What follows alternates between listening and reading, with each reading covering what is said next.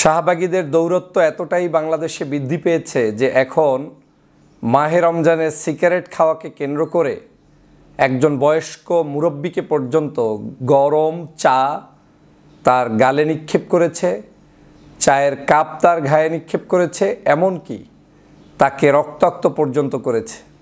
কি অপরাধ ছিল সেই মুরব্বির? দুজন মেয়ে সিগারেট খাচ্ছেন, মুরব্বির দোষ ছিল এটাই যে তিনি নামাজে যাচ্ছেন, বলেছেন যে মাহে রমজানে তোমরা এরকম প্রকাশ্যে এভাবে সিগারেট খাবে না, তোমরা যদি খাও ওই দিকে গিয়ে খাও তথা নির্জনে যাও। কিন্তু সেই কথাটি তাদের ভালো লাগেনি। তারা সেই কথার প্রতিবাদ করতে গিয়ে মুরব্বির গায়ে চা ঢেলে দিলেন, কাপ নিক্ষেপ করলেন এবং তাকে রক্তাক্ত পর্যন্ত করলেন। যখন সেই মুরব্বিকে রক্তাক্ত করেছে, স্বভাবতই বাংলাদেশের সাধারণ নাগরিকরা বয়োজ্যেষ্ঠ এই মুরব্বির পক্ষে এসে দাঁড়িয়েছেন এবং তার প্রতি উত্তরে সেই মেয়েদেরকেও তারা সেখানে কিছুটা লাঞ্ছিত করার চেষ্টা করেছে। মূল ঘটনাটা হচ্ছে এই বয়োজ্যেষ্ঠ মুরব্বির উপরে যে আক্রমণ করেছে, তাকে যেভাবে রক্তাক্ত করেছে, সেই রক্তাক্তের কারণে মূলত সাধারণ নাগরিকরা প্রতিবাদ করেছে। সিগারেট খাওয়াকে কেন্দ্র করে প্রতিবাদ করেন নাই যে তুমি কেন বয়োজ্যেষ্ঠ মানুষের উপরে আক্রমণ চালালে। কিন্তু শাহবাগীরা সেটাকে প্রচার চালাচ্ছে, উন্মুক্ত সিগারেট কেন খাওয়া যাবে না, স্বরাষ্ট্রমন্ত্রীর স্বরাষ্ট্র উপদেষ্টার পদত্যাগ দাবি করে তার ছবি পর্যন্ত পুড়িয়েছে। বিভিন্ন ধরনের আন্দোলন সংগ্রাম তারা চালিয়ে যাচ্ছে। দেখেন তিলকে তাল কিভাবে বানায়।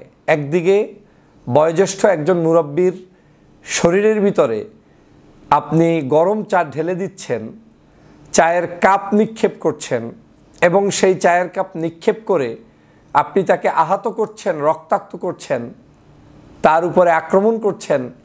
সেটা আপনি না বলে আপনি এটাকে চালিয়ে দিচ্ছেন মুক্ত স্বাধীনতার নামে সিগারেট খাওয়া। স্বরাষ্ট্রমন্ত্রী সঠিক উত্তরটাই দিয়েছেন।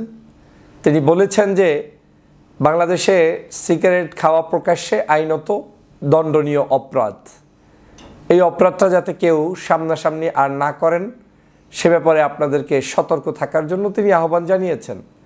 বিশেষ করে মাহে রমজানের ক্ষেত্রেও তিনি বলেছেন যাতে করে রমজানের পবিত্রতা রক্ষা করে সবাই চলেন। সে বিষয়টা তো খারাপ বলেননি, কিন্তু শাহবাগীরা সেই বিষয়টাকে নাটক সাজিয়ে তারপরে তার পদত্যাগ দাবি করেছেন।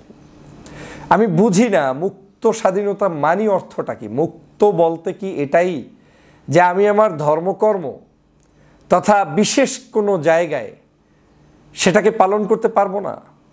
মাহে রমজানের পবিত্রতা রক্ষার্থে আপনি ভিন্ন আদর্শের ভিন্ন মতের মানুষ হলেও আপনি কি সেটাকে রেসপেক্ট করবেন না? প্রথমত হচ্ছে আপনি কি সেটা করবেন কি না, করছেন না, ভালো কথা। আপনি সেটাকে নিয়ে আপনি মানুষকে রক্তারক্তি পর্যন্ত কেন করলেন? আপনি কেন বয়োজ্যেষ্ঠ মানুষ যে নিষেধ করেছে তার কথার উপরে ভিত্তি করে তাকে আপনি উল্টো চায়ের কাপ নিক্ষেপ করে তার গায়ে আপনি আঘাত করলেন, তার উপরে গরম পানি ঢেলে দিলেন? বাংলাদেশে তো সবার আগে এই গরম পানি ঢেলে দেওয়ার অপরাধে বিচার হওয়া উচিত নয় কি? বাংলাদেশে তো সবার আগে এই একজন বয়োজ্যেষ্ঠ মানুষের গায়ে কারা হাত তুললো তাদেরকে গ্রেপ্তার করানো উচিত। গতকালকে তাদেরকে সেখান থেকে যখন মানুষজন তাদের উপরে চড়াও হচ্ছিল তখন পুলিশ বরং তাদেরকে নিরাপত্তা হেফাজতে নিয়েছে আর তারা বলছে যে তাদেরকে গ্রেপ্তার করা হচ্ছে। এই হচ্ছে বাংলাদেশ। এবং এই যারা এই কার্যক্রমগুলো চালায় প্রত্যেকের ছবি আমি অ্যানালাইজ করে দেখেছি, এ সবগুলো শেখ হাসিনার দোসর। তার বাবা, আত্মীয় স্বজন, আশেপাশের লোকজন, আওয়ামী লীগের লোকজন এবং শাহবাগী লোকজনই এখন বাংলাদেশে এই ধরনের অপকর্ম করে যে কোনো মূল্যে বাংলাদেশে একটি অস্থিতিশীল পরিস্থিতি তৈরি করতে চায়। কথায় কথায় পদত্যাগ, কথায় কথায় আন্দোলন, কথায় কথায় মানুষের সাথে তিলকে তাল বানিয়ে প্রচার করা, একজন বয়োজ্যেষ্ঠর শরীরে আক্রমণ করা, এটা তো কোনো নীতি, নৈতিকতা, আদর্শের মধ্যে পড়তে পারে না। তাহলে কেন হচ্ছে এই ঘটনাগুলো? এই শাহবাগীরাই মূলত বাংলাদেশকে ধ্বংস করেছিল সেই 2013 সাল থেকে। আজও বিভিন্ন জায়গায় ছড়িয়ে ছিটিয়ে আছে শাহবাগের সেই প্রতাত্মারা। আপনি রাষ্ট্রীয় আইন অনুযায়ী আপনার বিরুদ্ধে তো কয়টা মামলা করার সুযোগ আছে? এক, আপনি সিগারেট সবাই রাস্তাঘাটে খায়, সেটা আমি কখনোই বলছি না, কিন্তু আপনাকে ধরতে চাইলে আপনি অপরাধী। আপনি রাস্তাঘাটে খাচ্ছেন, মেয়ে মানুষ, রমজানের সময় আপনি রাস্তায় বসে সিগারেট খাবেন, এটা আপনার আইনত দণ্ডনীয় অপরাধ। রমজান ছাড়াও অপরাধ, রমজানের সময় অপরাধ, এটার কোনো টাইম টুইম নেই। যদি সরকার চায় আপনাকে বিচার করতে পারবে। দ্বিতীয় আরেকটি অপরাধ হচ্ছে আপনি মুরব্বির গায়ে হাত তুলেছেন, তাকে রক্তাক্ত করেছেন, তার গায়ে গরম পানি ঢেলেছেন, চায়ের কাপ নিক্ষেপ করেছেন। এটা আরও বড় অপরাধ, যেটা দিয়ে আপনাকে বড় ধরনের বিপদে, মামলায় ফালানো যায় এবং আইনগতভাবেই আপনি এটার জন্য বিচারের কাঠগড়ায় দাঁড়াতে হবেই হবে। কারণ এটা তো ছোটোখাটো কোনো অফেন্স নয় যে আপনি একটা কিছু করে পার পেয়ে যাবেন। নো, সেই সুযোগ নেই। তাহলে এত বড় দুটি অপরাধ করার পরে তারা আবার মিছিল করে স্বরাষ্ট্রমন্ত্রী, স্বরাষ্ট্র উপদেষ্টার পদত্যাগ দাবি করে।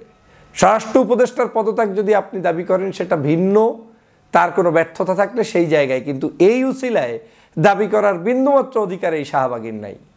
কারণ এই শাহবাগী সে তার নিজের কোনো একটি বিশেষ উদ্দেশ্য চরিতার্থ করার জন্যই আজকের এই পবিত্র মাহে রমজানে এই অপকর্ম করছে, উল্টো জাতিকে বিভ্রান্ত করছে। আমি বাংলাদেশের এই নারীবাদী অনেক সংগঠন আছে, আপনাদের কাছে প্রশ্ন রাখতে চাই, যখন কোনো বিষয়ে ভালো নারীরা বিপদে পড়ে আপনারা তাদের পাশে দাঁড়ান না, একটা বিবৃতি নিয়ে কথা বলেন না, মাঠে ময়দানে আপনি কোনো সভা সেমিনার করেন না, কিন্তু আপনাদের যদি কোনো একজন ওই ঠ্যাং, হাফ প্যান্ট কিংবা ছোট পোশাক পরার অপরাধে বিভিন্ন জায়গায় হেনস্থার শিকার হন, কিংবা কেউ কোনো কিছু একটু বলছে কি, সাথে সাথে রেল লাইন অবরোধ করে সেখানে আপনারা ছোট পোশাকের মিছিল করেন, এটা করেন, সেটা করেন, আন্দোলন করেন, সংগ্রাম করেন, কিন্তু আপনাদের কাছে অন্য বিষয়গুলো কি গুরুত্বপূর্ণ মনে হয় না?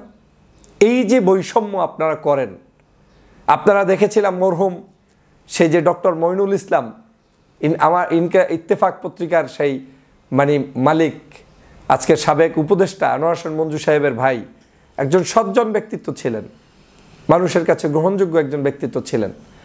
সেই ব্যক্তিকে নিয়ে যে পরিমাণ মিথ্যাচার করে তার বিরুদ্ধে আন্দোলন করেছিলেন, তারপরে তাকে জেল পর্যন্ত খাটিয়েছিলেন।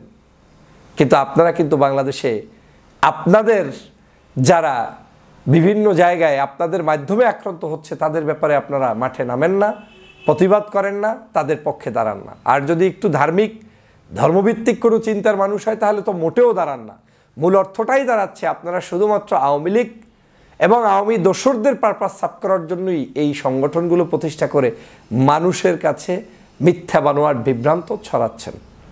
আমরা ইতিমধ্যেই জানতে পেরেছি গতকালকের ঘটনাটি যারা ঘটিয়েছে তার মধ্যে একজন বোন, যার বাবা কে, তার সাথে শেখ হাসিনার ছবি কেন, তিনি কি করেন, কোন পত্রিকায় কাজ করেন, কিভাবে কি করছেন, সব কিছুর তথ্য জাতির কাছে এখন স্পষ্ট হয়ে গিয়েছে। অতএব এখান থেকে দেশবাসীকে ক্লিয়ার ধারণা পোষণ করতে হবে, হাসিনার সেই দুষ্ট লোকেরা এখনও কিন্তু বসে আছে রমজানের নামে, তাবলিগের নামে, বিভিন্ন নামে বেনামে মানুষকে যে কোনোভাবে কেওয়াজ সৃষ্টি করাই হচ্ছে তাদের মূল উদ্দেশ্য। সেই জায়গা থেকে আমাদের সবাইকে সতর্ক থাকতে হবে। সবাই ভালো থাকবেন, সুস্থ থাকবেন। আল্লাহ হাফেজ।